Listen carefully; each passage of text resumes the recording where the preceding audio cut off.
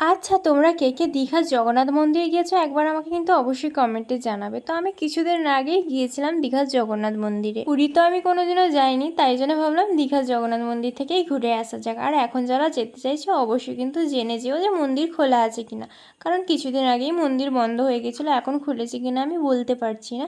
তো আমি সেই দিনে যে গেছিলাম খুব গরম ছিল, আর ভিড়টা দেখে না, আমরা গিয়েছিলাম 9টা নাগাদ, তখনও কিন্তু খুব পরিমাণে ভিড় ছিল। আর যে হারে রোদ ছিল, তো তোমরা যারাই যাও না কেন আমি একটাই সাজেশান দেব, তোমরা কিন্তু দিনের বেলায় যেও না। দিনের বেলায় গেলে কি বলো তো, এতটা পরিমাণে রোদ আর গরম টেকা যায় না। এই জন্যই বলছি বিকেলবেলায় গেলে অনেকটা সময় ঘুরতে পারবে ভালোভাবে, তারপরে ঠাকুরও দেখতে পারবে। এখনও কিন্তু জগন্নাথ দেবের কাছে যেতে দেয়নি, অনেকটা দূর থেকেই জগন্নাথ দেবকে দেখতে দিচ্ছিল। আরও কিছু কিছু ক্লিপ নেওয়া ছিল পুরো মন্দিরটার, কিন্তু ওইগুলো আমি এখন খুঁজে পাচ্ছি না। আজকের মতো এই পর্যন্ত। তোমরা যারা যারা দীঘা জগন্নাথ মন্দিরে যেতে চাও অবশ্যই কিন্তু ঘুরে আসতে পারো।